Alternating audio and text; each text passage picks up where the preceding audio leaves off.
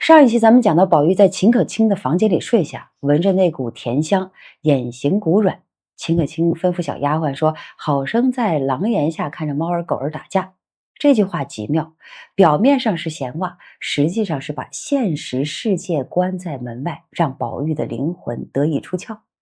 这一期宝玉正式入梦，但这个梦不是普通的梦，是太虚幻境，全书最核心、最宿命、最残忍的所在。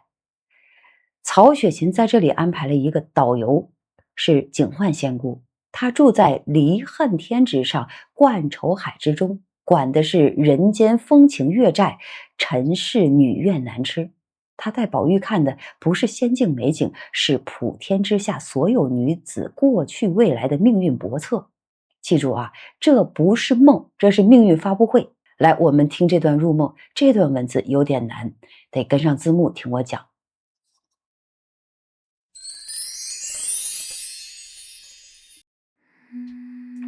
那宝玉刚合上眼，便呼呼地睡去，犹似秦氏在前，遂悠悠荡荡随了秦氏至一所在。但见朱栏白石，绿树清溪，真是人迹稀逢，非尘不到。宝玉在梦中欢喜，想到这个去处有趣，我就在这里过一生，纵然失了家也愿意，强如天天被父母师父打呢。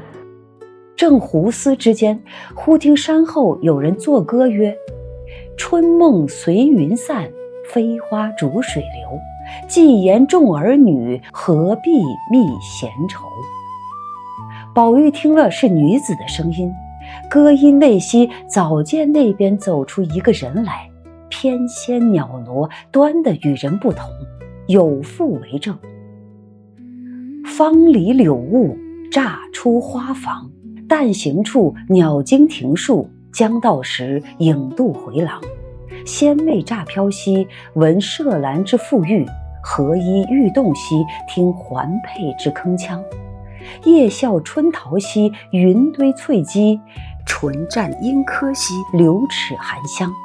纤腰之楚楚兮，回风舞雪；珠翠之辉辉兮，满额鹅黄。出没花间兮，一嗔一喜；徘徊池上兮，若飞若扬。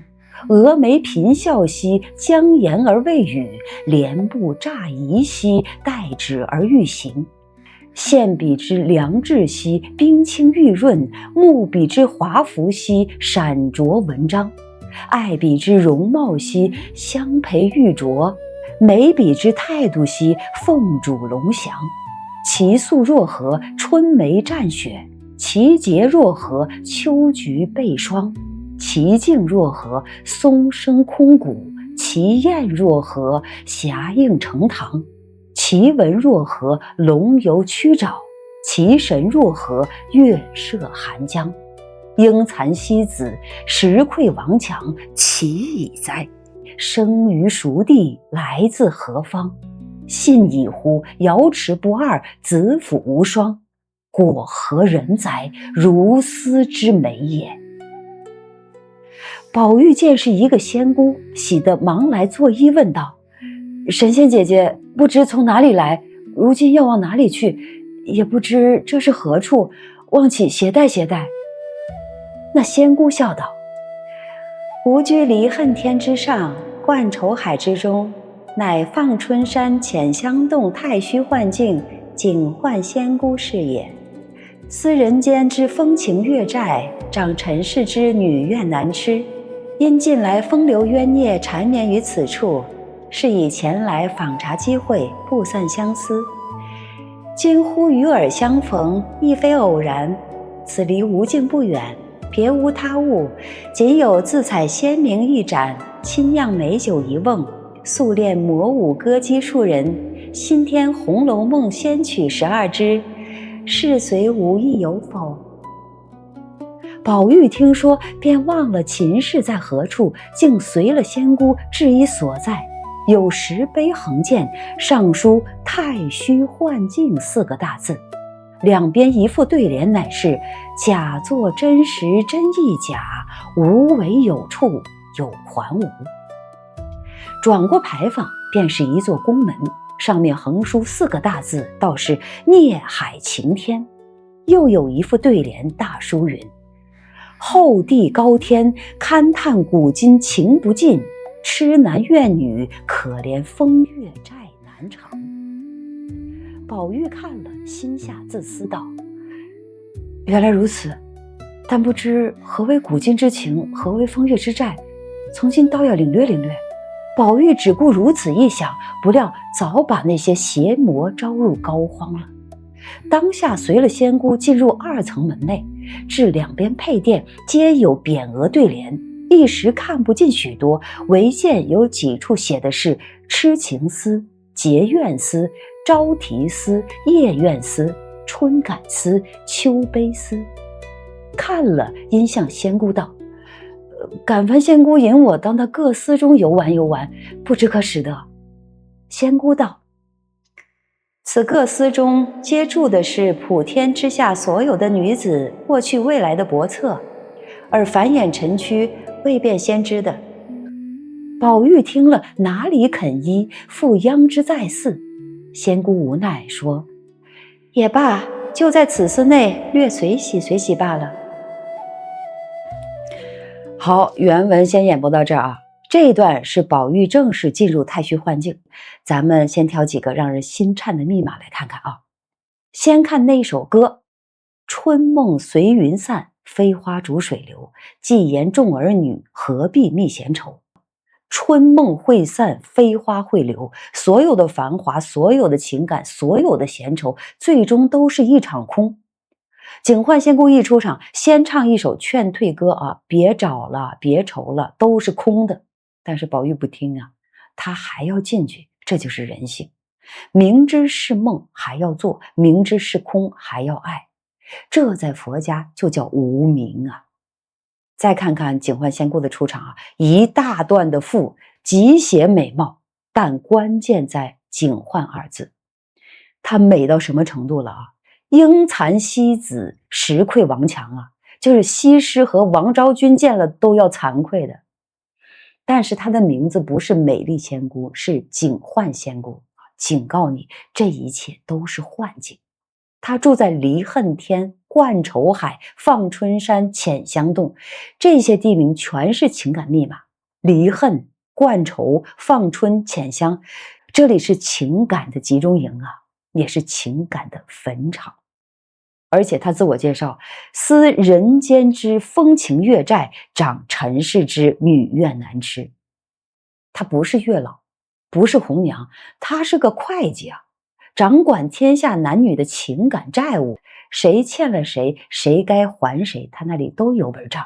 然后咱们再来看那块牌坊：假作真实，真亦假，无为有处，有还无。这对联第一回就出现过啊，甄士隐在梦里见过，现在宝玉又见了一次啊，也就是2次出现，说明这是全书的哲学总纲。什么是真，什么是假？当你把假的当成真的了，真的也就成了假的了；当你把无当成有，有也就成了无。太虚幻境是梦还是真？那些女子的命运是帛册上的文字还是人间的现实？曹雪芹在问你，你分得清吗？我们再来看宫门上的4个字，叫孽海晴天，4个字把爱情给定了性。后地高天，古今情不尽，痴男怨女，风月债难偿。情不是美好的，是孽；爱不是幸福的，是债。这是佛教的世界观，也是曹雪芹的世界观。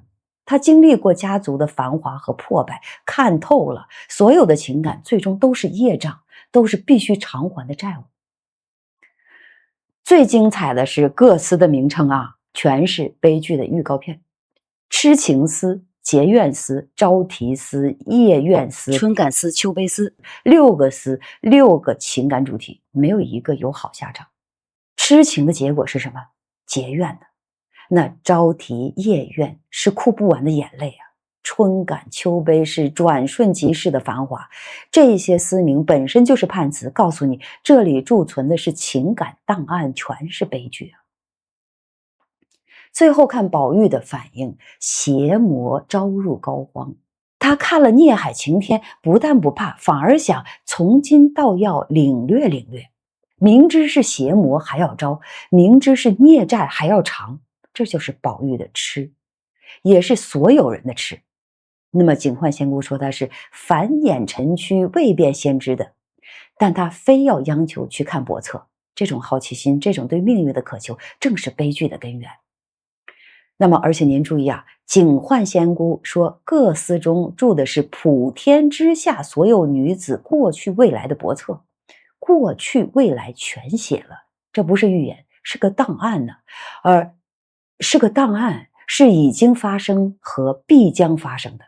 曹雪芹在这里再次强调，命运是注定的，不可更改。所以这一期的核心是什么？是宝玉进入了命运的档案馆。春梦随云散是警告，警幻仙姑是个导游，假作真实，真亦假是哲学，孽海晴天是定性，各司名称是分类，而宝玉的邪魔入膏肓是他自愿走向悲剧的起点。那么下一期宝玉翻开帛册，金陵12钗的判词一幅一幅展开，黛玉、宝钗、元春、探春所有人的命运即将定格在纸上。我们下一期再见。